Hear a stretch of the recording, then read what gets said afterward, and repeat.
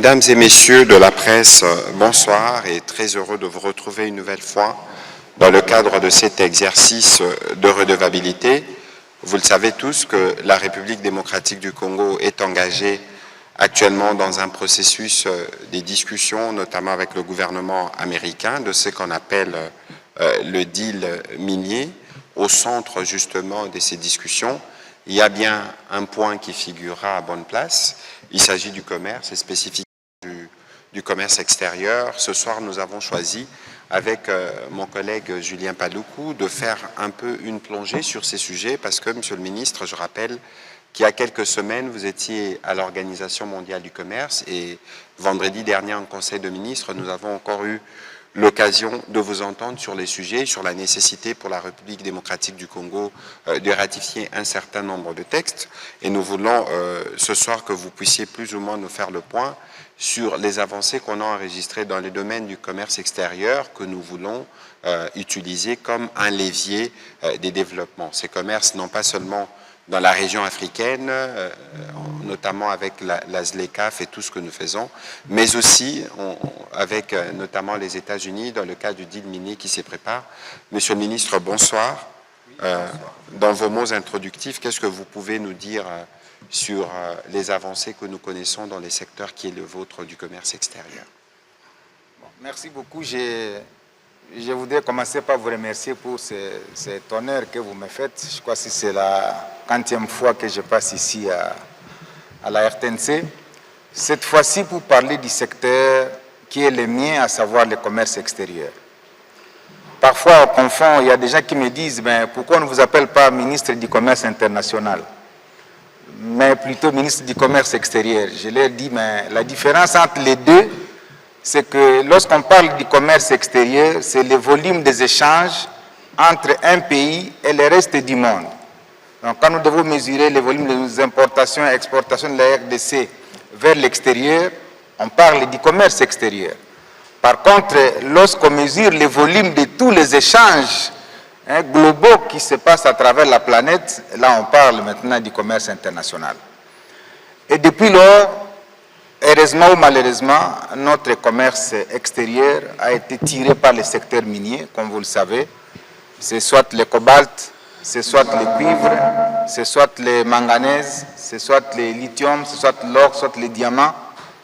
Mais lorsqu'on examine la manière dont le secteur minier a participé au développement de la RDC, on se rend compte pratiquement que la RDC n'a pas tiré profit de ce secteur minier. Parce qu'aujourd'hui, ou l'année passée ou l'année dernière, nous avons exporté 152 000 tonnes de cobalt. Nous avons exporté autour de 3 100 000 tonnes de cuivre, mais ça ne se ressent pas dans les paniers de la ménagère.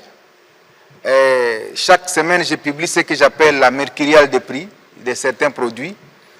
Aujourd'hui, la tonne de cobalt est à 33 000 dollars américains.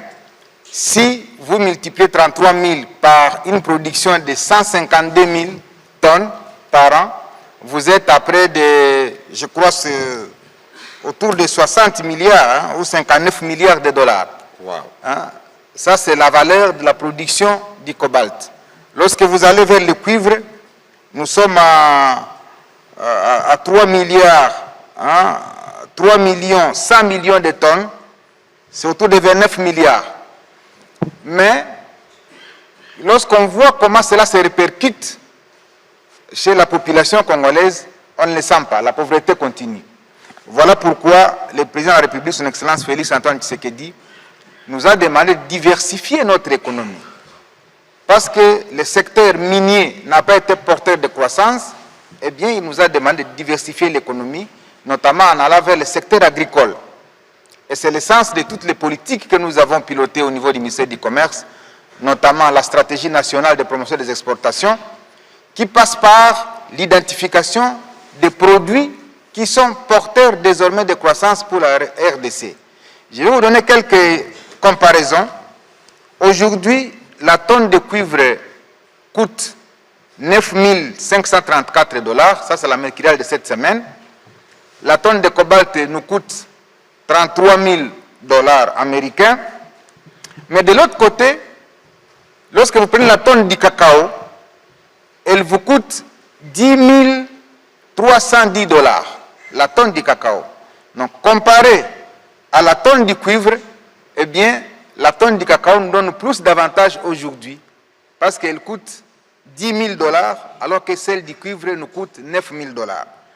Et donc, pour le gouvernement de la République, il faudrait davantage que nous parlions à la population congolaise pour l'amener à migrer désormais vers le secteur agricole, parce que c'est ce secteur qui va nous permettre finalement d'améliorer le panier de la ménagère.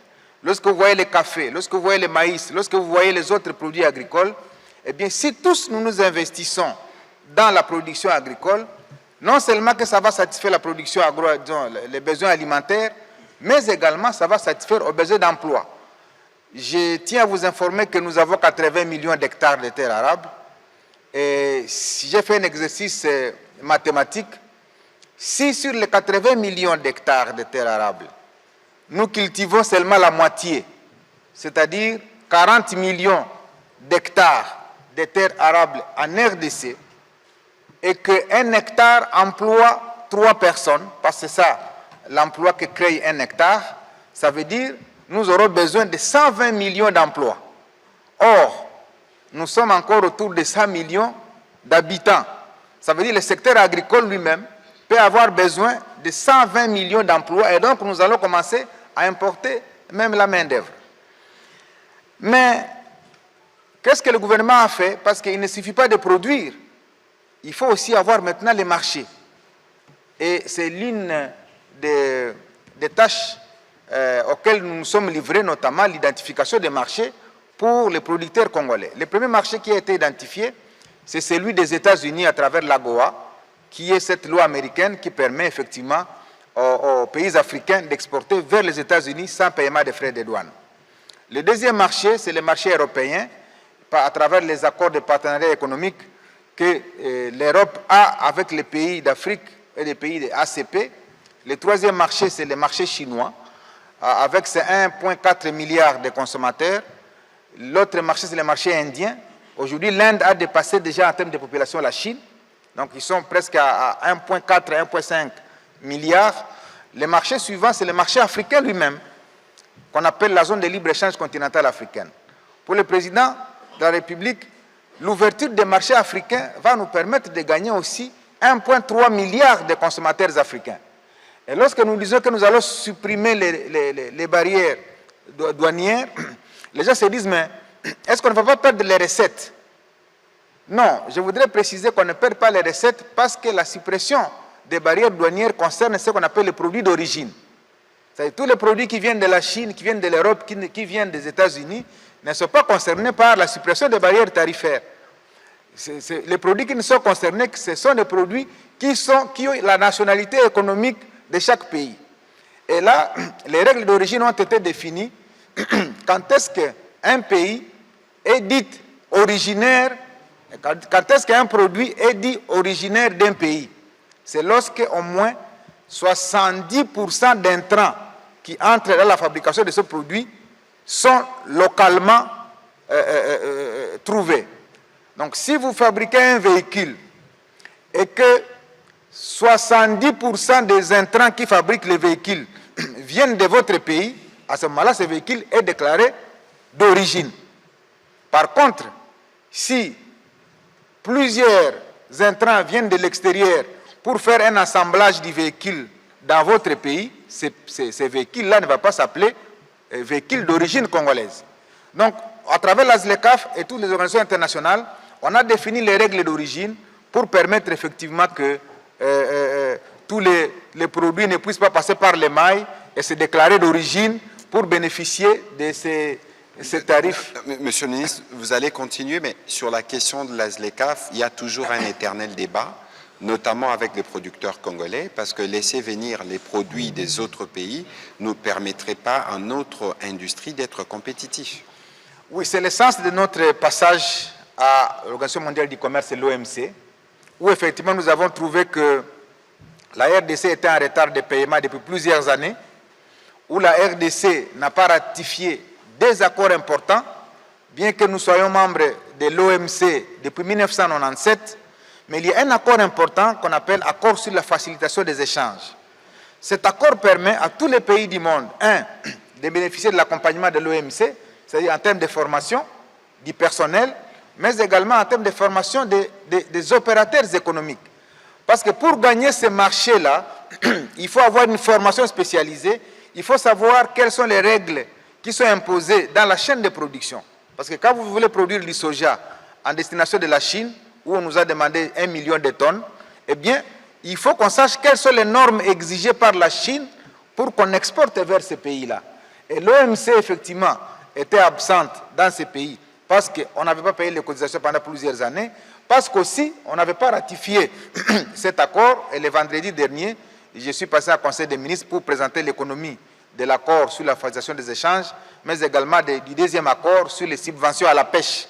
Ces deux accords, une fois ratifiés par le gouvernement congolais, eh bien, vont nous ouvrir la vanne de l'OMC et permettre qu'on vienne former nos producteurs locaux pour qu'ils s'alignent effectivement sur le commerce international. Maintenant, je vais terminer par les défis, parce que je sais qu'il y aura beaucoup de questions. Il y a beaucoup de défis. Est-ce que nous allons nous verser dans ce commerce international très facilement? Oui et non. Le premier défi, ce sont les impôts et taxes qui pèsent lourd, qui font que ça envenime le climat des affaires en République démocratique du Congo. Et là, le président de la République a donné des instructions claires pour que nous puissions réviser au sein de la commission ECOFIN la loi sur la nomenclature des impôts et taxes du pouvoir central et des provinces. Et donc, lorsque cette loi sera passée au peigne fin, ça va nous permettre de réduire le nombre de taxes et des impôts et de pouvoir permettre à ce que tout opérateur économique qui a choisi la RDC, effectivement, ne trouve pas suffisamment d'entraves. Deuxième défi, ce sont les infrastructures. On peut bel et bien produire, mais comment on va évacuer les produits vers les grands centres de consommation pour leur acheminement vers l'extérieur? Et là, le gouvernement a répondu lorsqu'il a élaboré le plan directeur d'industrialisation qui donne les composantes essentielles qui doivent fonder effectivement la politique de la RDC en matière d'infrastructure. Mais le troisième défi, c'est la sécurité. La sécurité, c'est le défi majeur. Et là, comme vous le savez, depuis 30 ans, le Rwanda a fait en fait de la RDC son terrain d'expérimentation de toutes ces politiques extérieures en termes de venin qu'il a inoculé sur le territoire congolais. Vous savez, tous ces termes, je les ai évoqués ici, FDLR, je ne sais pas, haine tribale, c'est des choses que le Rwanda a utilisées depuis des années pour en fait rester le seul pays en Afrique centrale qui a un soft power qu'il peut vendre en termes de tourisme, en termes d'attractivité. Et il a fait tout pour que l'insécurité soit permanente en RDC dans sa partie Est, pour que finalement l'attractivité de la RDC n'intéresse personne. Et c'est ainsi que lorsque vous êtes dans tous les salons du monde, la première question qu'on vous pose, c'est de dire, mais est-ce qu'il est possible d'aller en République démocratique du Congo? Est-ce qu'on peut se réveiller un matin? C'est ça la question qu'on se pose. Et lui, le Rwanda a réussi à construire cela autour d'un soft power qu'il veut sauvegarder à travers le monde. Heureusement que nous nous battons contre cette insécurité.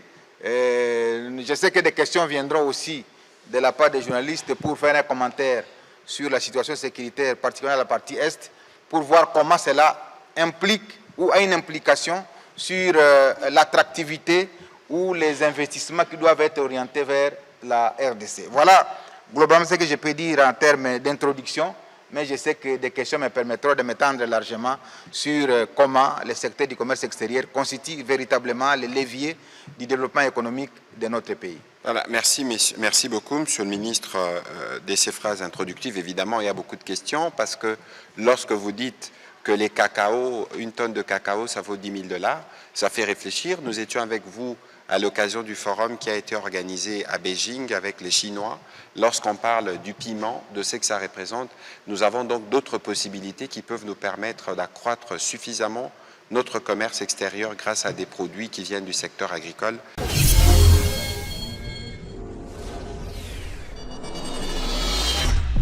Je note que les volumes de nos importations sont aujourd'hui importants et vous dites qu'il y a des produits porteurs de croissance. Mais en attendant la promotion de la migration vers les secteurs agricoles, quelle politique commerciale la RDC devrait-elle mettre en place pour maximiser les bénéfices actuels du commerce extérieur?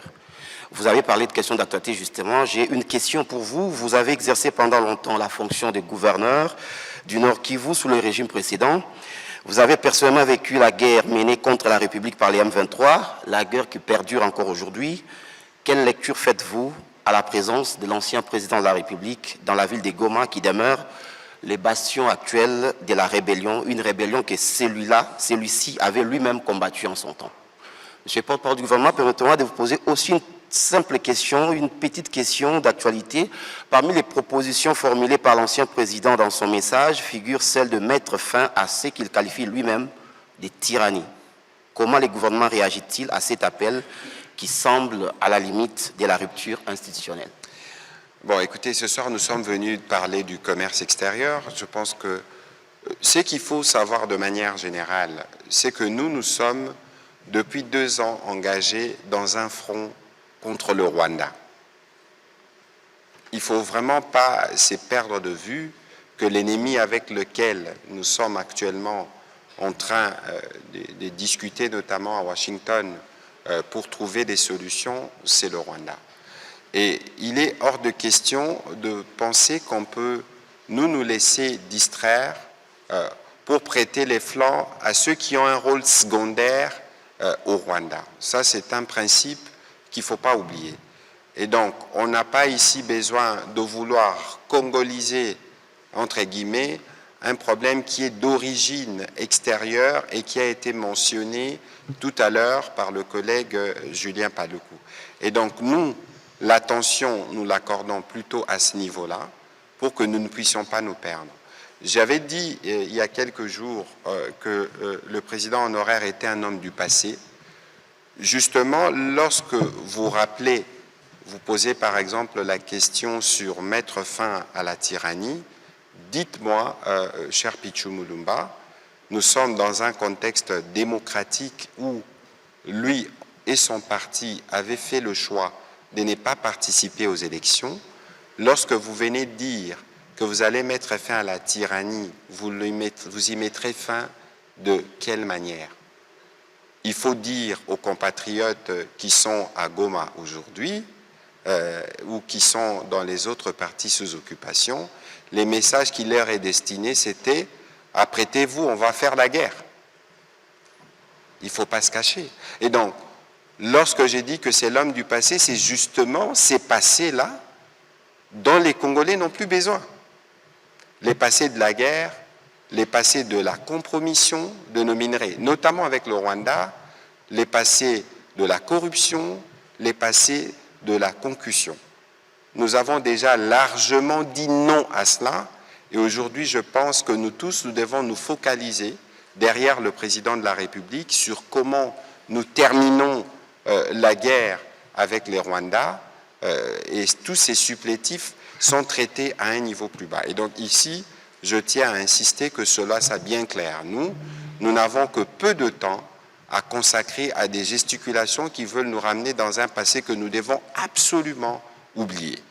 Voilà le petit commentaire que je voulais faire. Monsieur le ministre, désolé que c'est un sujet d'actualité qui revient et surtout lorsque vous êtes invité, ancien gouverneur du Nord Kivu, 12 ans, vous avez évidemment beaucoup de souvenirs de toutes ces aventures récurrentes CNDP M23. Qu'est-ce que vous pouvez donner comme réponse à cette préoccupation de Pichu Mulumba? Merci beaucoup. Je m'attendais certainement à une telle question, même si on est dans le commerce extérieur. Mais vous avez commencé par nous dire quelle est la politique commerciale que nous avons par rapport à tout ce que j'ai dit, démontré tout à l'heure. En fait, c'est 4 éléments importants. Le premier élément, je l'ai évoqué, c'est la diversification de notre économie, c'est-à-dire ne pas nous baser uniquement que sur le secteur minier, mais permettre que le secteur agricole devienne le levier important de la croissance économique. Et j'ai démontré que si on se tourne vers l'agriculture, en complément au secteur minier, en tout cas, la RDC peut se relever dans très peu de temps. Et j'ai donné l'exemple des emplois que procure un hectare et du nombre d'hectares que la RDC dispose pour les multiplier par le nombre d'emplois et tout de suite avoir suffisamment de gens qui ne vont plus se retrouver dans la rue ici à Kinshasa. Le deuxième pilier de la politique commerciale, c'est en fait l'amélioration du climat des affaires. Parce qu'en fait, lorsque vous voyez dans d'autres pays, même les exportations, on a fait une étude pour montrer que exporter un conteneur de la RDC vers l'extérieur vous prend 200 heures. 200 heures.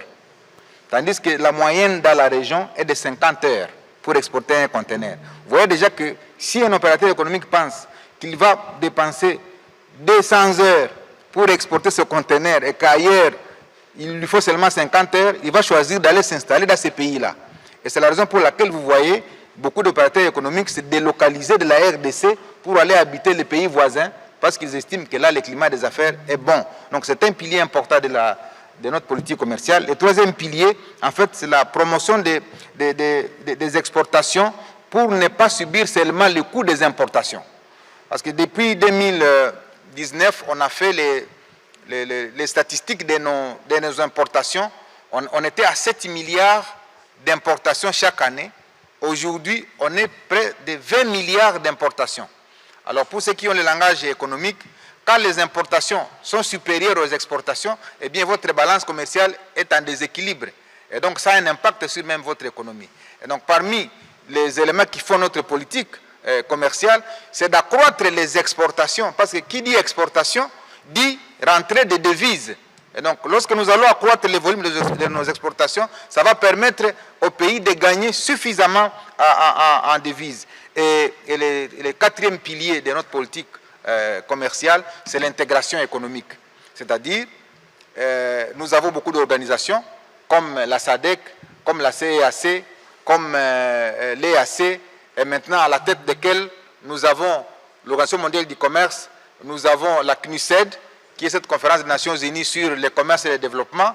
Nous avons le Centre du commerce international que nous avons vu à Genève.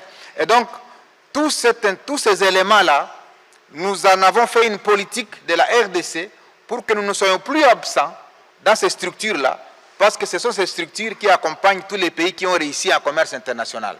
Quand vous voyez les gens formés, quand vous voyez comment des pays ont gagné les marchés, soit chinois, soit américains, soit européens, c'est parce qu'ils ont été formés par l'Organisation mondiale du commerce. Et donc l'absence de la RDC dans ces structures-là nous a préjudiciés et ça fait que nos producteurs locaux ne savent pas effectivement capter tous ces marchés. Maintenant, revenons à la question sur la présence du président honoraire à Goma. Je me pose la question si je dois parler à l'affirmatif ou au conditionnel. Parce que je connais les fils de Musée, je connais l'ancien président pour avoir travaillé avec lui. Je suis en train de me poser la question si c'est une silhouette qu'on aurait aperçue à Goma ou alors c'est la même personne que je connais. Parce qu'en fait, la personne que je connais n'aurait pas dû se retrouver à Goma. Au regard de toute la lutte qu'il a menée, parce que j'en suis témoin. Dans les 30 ans d'instabilité de la RDC, il a quand même 18 ans dans lesquels il a subi en fait la pression rwandaise. Quand vous prenez la guerre qui a éclaté le 2 août, j'étais à Goma, 1998. Quand vous prenez la guerre de Mutebussi en 2004, quand il a pris la ville de Bukavu.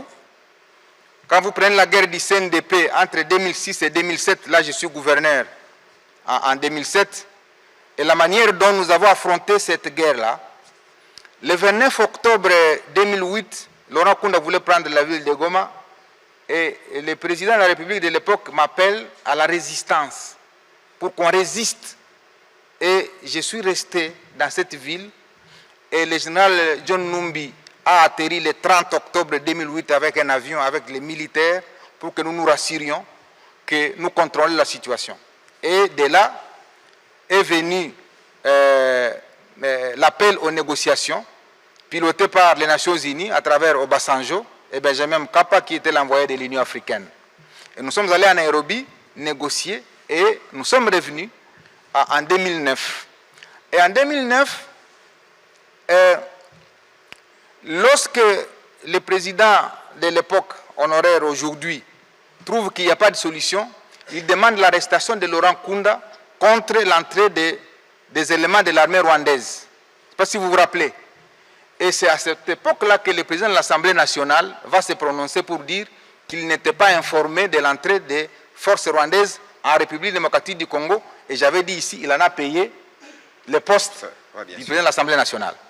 Et Laurent Nkunda est arrêté, je crois le 21 janvier, et les forces rwandaises entrent à Goma le 25 janvier.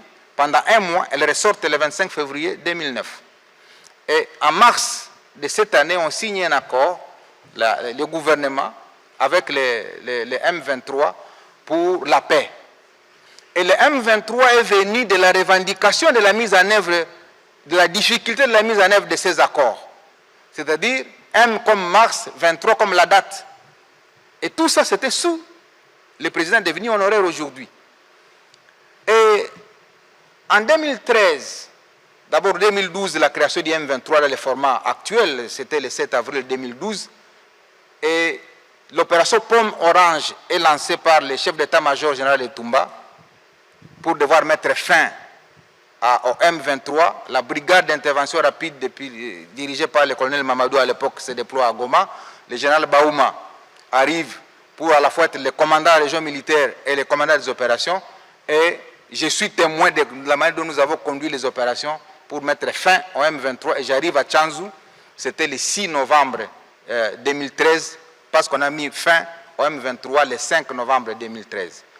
Et donc je vous fais ce tableau-là pour vous montrer comment je connais l'homme et la lutte qu'il a pu faire pour que nous en arrivions là. Maintenant, c'est la raison pour laquelle je me pose la question si c'est la silhouette de la personne ou c'est la personne elle-même. Alors, je réponds à ma question moi-même, parce que lorsque j'ai suivi quand même son discours, je suis arrivé à comprendre qu'il a lui-même annoncé que bientôt il sera à Goma. Donc, si vous me dites qu'il est à Goma, je risque de vous croire, hein, sans être très convaincu, parce qu'on regarde ce que je viens de vous dire. Je risque de vous croire qu'il est à Goma. Mais s'il est à Goma, peut-être c'est une manifestation de ce que le président de la République, Félix Tshisekedi, avait dit, qu'il y a une connivence avec les M23. Beaucoup de gens ne l'ont pas cru. Maintenant, s'il est à Goma, c'est qu'effectivement ça va donner cette connivence-là. Ce qui est contradictoire avec toute la lutte menée, que je vais l'expliquer. Se retrouver dans les mains des officiers qu'il a radiés des forces armées. Parce qu'il y a une ordonnance, si vous vous rappelez, qui a été prise ici à Kinshasa pour radier tous les Makenga de l'armée par le fait d'avoir pris les armes contre la République. Et je vois cet homme-là qui a radié tous ces gens et se retrouver maintenant être encadré par eux. Sécurisé. C'est quand même contradictoire. Voilà pourquoi j'ai peine à croire qu'il soit là. Mais comme vous affirmez, parce que vous êtes journaliste, peut-être que vous avez les informations, il est là. Et donc, s'il est alors là, ça veut dire qu'il va porter tous les déboires. Et ça, c'est grave.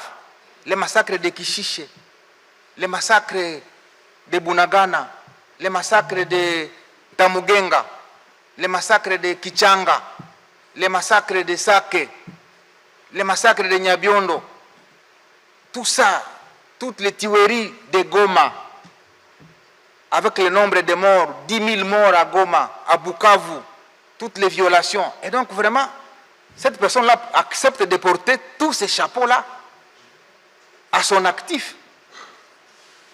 C'est ça mon interrogation. Pourquoi j'ai dit, je ne sais pas si c'est la personne que je connais. Mais comme vous avez dit qu'il est là, donc je crois qu'il est là.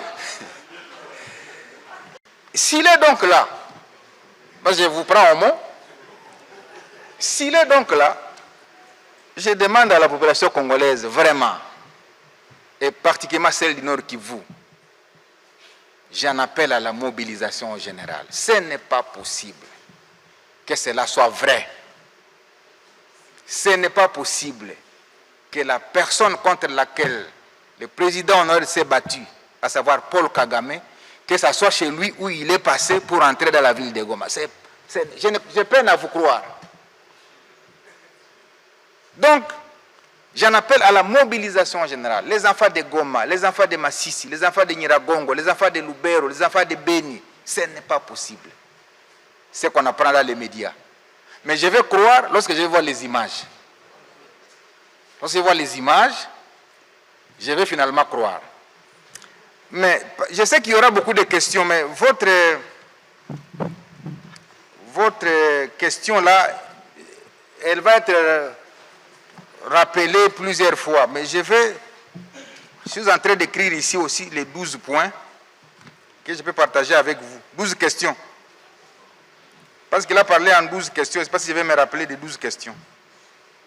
Alors, comme je continue à douter qu'il soit là, j'ai 12 questions aussi. Parce que quand j'ai suivi là, il a parlé en 12 points. Laissez-moi voir si je peux trouver un exercice de parler aussi en 12 questions. Monsieur le porte-parole. Première question.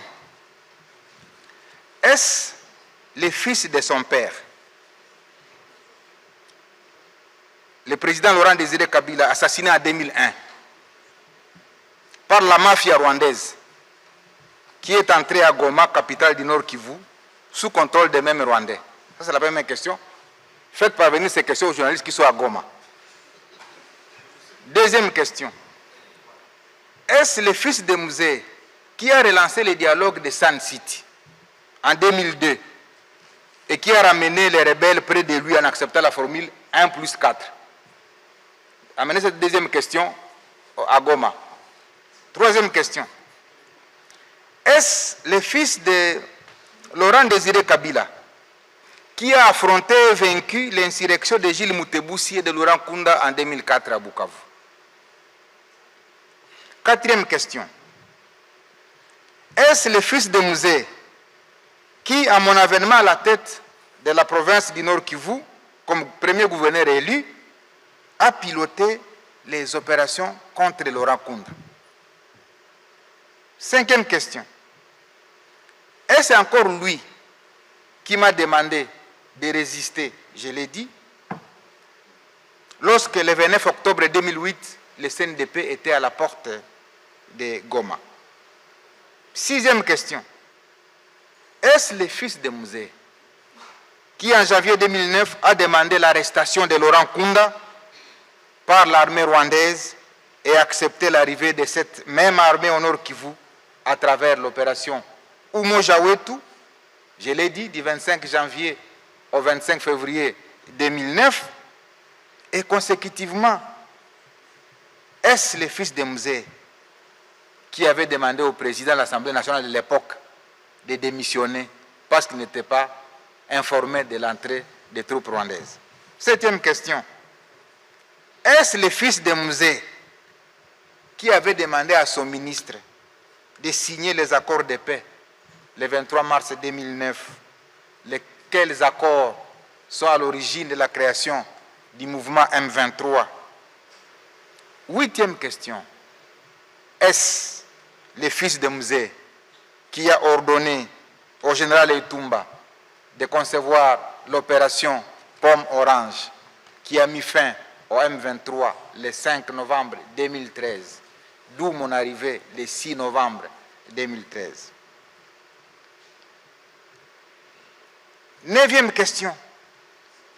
Est-ce le fils de Musée qui a radié les officiers M23 de l'armée pour qu'ils se retrouvent aujourd'hui à leur côté pour sa sécurité? Dixième question que vous allez amener à Goma. Est-ce le fils de Musée qui, voulant rester au pouvoir, a inventé le terme glissement, mais finalement a accepté de céder le pouvoir en 2019, ouvrant ainsi le pays à ce qu'on a appelé la passation civilisée, la première alternance? Est-ce que vraiment c'est celui-là qui se retrouve à Goma? 11e et avant-dernière, parce que je vais parler en 12 points aussi, 12 questions. Est-ce le président honoraire qui a été salué à travers le monde pour son sens élevé des meilleurs élèves de la démocratie, malgré son jeune âge et son passé militaire? ce qui pouvait nourrir en lui l'ambition de se comporter comme ses voisins qui ont plus de 30 ans au pouvoir. Et 12, enfin, est-ce que c'est cet homme, jadis considéré comme grand esprit, qui se trouve réellement aux côtés de ces bourreaux d'hier, les bourreaux de la population, qu'il a dirigé pendant 18 ans, avec plus de 5 millions de déplacés et de réfugiés victimes de la barbarie du M23. Est-ce encore lui qui a pleuré le colonel Mamadou? Est-ce encore lui qui a pleuré le général Baouma? Non. Est-ce encore lui qui se souvient qu'il y a eu 10 000 morts à Goma, qu'il y a eu 5 000 morts à Bukavu? Est-ce encore lui? Voilà les 12 questions que j'ai voulu ramener à Goma pour voir s'il y est, d'y répondre, et alors je reviendrai pour parler davantage sur ce plateau. Monsieur le ministre, je sais que vous avez des talents d'écriture, je crois que ça fait partie d'un de vos livres, mais ce n'était pas le sujet du jour. On a fait une petite entorse, mais je crois que les questions que vous soulevez sont d'autant plus pertinentes que nous connaissons les testaments de Mzee. Le combat politique de Mzee qui disait « ne jamais trahir le Congo ». Et je ne veux pas répéter ce que Mzee disait à l'époque, que la guerre doit retourner d'où elle est venue. Si c'est par où la guerre est venue qu'on va passer, qu'on s'est remis à la sécurité de l'armée rwandaise et de ceux qu'on a radiés de l'armée, il y a lieu de se poser des questions de contradiction qui existent, mais ce n'est pas l'objet de la discussion de ce soir.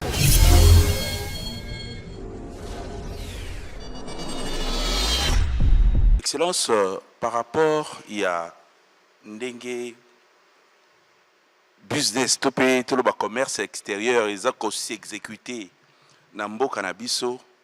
Est-ce que tu as que situation oyo, ils allaient se passer dans l'Est, il y a République, ils allaient influer, topé, ils allaient baby sa moi moukié, ba relation nabiso na bamboka oyo tu ko sala ba échange oyo so ils allaient lier na commerce topé impact nini tu ko ba ils allaient réellement lelo oyo ko uta na ndenge ya image ya tobengango ya malamu te oyo ezali kouta par rapport ya bakokoso eza na est ya République démocratique du Congo oyo ezo facilité ba échange ya commerce te.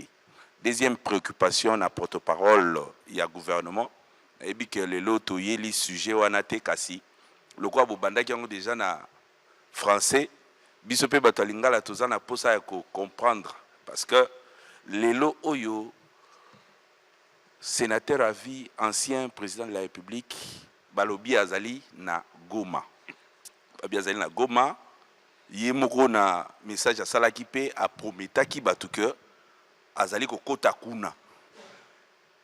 Ce qui te koye ba impression na bino ezali nini par rapport ya likambwana o batunyo sope na mokili bazotala bazokamwa ezosi sabango maloba. Alors ndeko Jimmy na koloba na mukuse na makambo etali président honoraire. Il y a liboso il faut koyeba que ceux qui Sénat, ceux qui bolanda qui débat na Sénat à la demande ya auditorat ou koma ki ba lever ba immunité naie, ce n'est pas parce que alobaki akeigoba. Non. C'est parce que ba service ba découvrir que aza parmi ba oyo baza ko soutenir Bitumba. La preuve au-delà ya maloba naie, est-ce que bosi boyo kaye à lobby que tozo condamné Rwanda. Ba rapport nyonso ya Conseil de sécurité, ya bamboka nyonso ba sanctionnati na Rwanda. Est-ce que na makambo ya lobaki boyoka ki esika tatanga ki kombo ya Rwanda. Donc eza ba raison ana nyonso parce que yaza président honoraire azana mobeko mobimba une loi oyo pesa ligne de conduite ya oyo akoki kosala na oyo akoki kosala te. Lelo a se positionné comme chef rebelle. Donc, en dessous, il y a président rwandais, il y a Mibimisi. Il y a un Kopaluku Awa. À Salipeo, il y a 12 questions. Il y a Mitouni. Est-ce que moi, na Mzee, à Koki Lelo Kolekela na Rwanda, bato bazosa la sécurité na eza bato oyo ya signaki radiation na bango na mapinga. Yango lelo pe bato msu bakoki komituna. Pourquoi bitumba bango ezaki kosila te? Est-ce que ba contact na bango e bandi lelo ezaki ba contact akala? Tout ça la moi bagé po bino bo benda oyo ya bino ba minerai biso pe to tikala na o to tikala kanango parce qu'il faut koyeba ke biso to komi na niveau oyo ya bitumba na Rwanda parce que président lobby minerai à ba congolais ya liboso eza ya ba congolais. Ozomona. Donc lelo batu nyonso il faut bazala vigilant. Vigilant parce que biso to lingi bitumba wana esila. L'air na lobaki aza l'homme du passé parce que ba oyo nyonso azosala eza kozongisa biso sima. Tozonga na ba bitumba, tozonga na ba corruption, tozonga na ba concussion, tozonga na ba bradage. Nyonso wana toboyi. Merci beaucoup, Monsieur le Ministre. Avec la détermination du Président de la République à la tête de la République démocratique du Congo, on a brisé les cercles vicieux pour entrer dans un cercle vertueux. Et tout ce que nous voyons, ce sont les gesticulations du désespoir. Nous sommes convaincus que nous sommes sur la bonne voie. Et avec les soutiens de tous les Congolais, nous allons réussir à relever les défis à la fois du retour de la paix, mais aussi de la reconstruction de notre pays. Merci et bonsoir chez vous.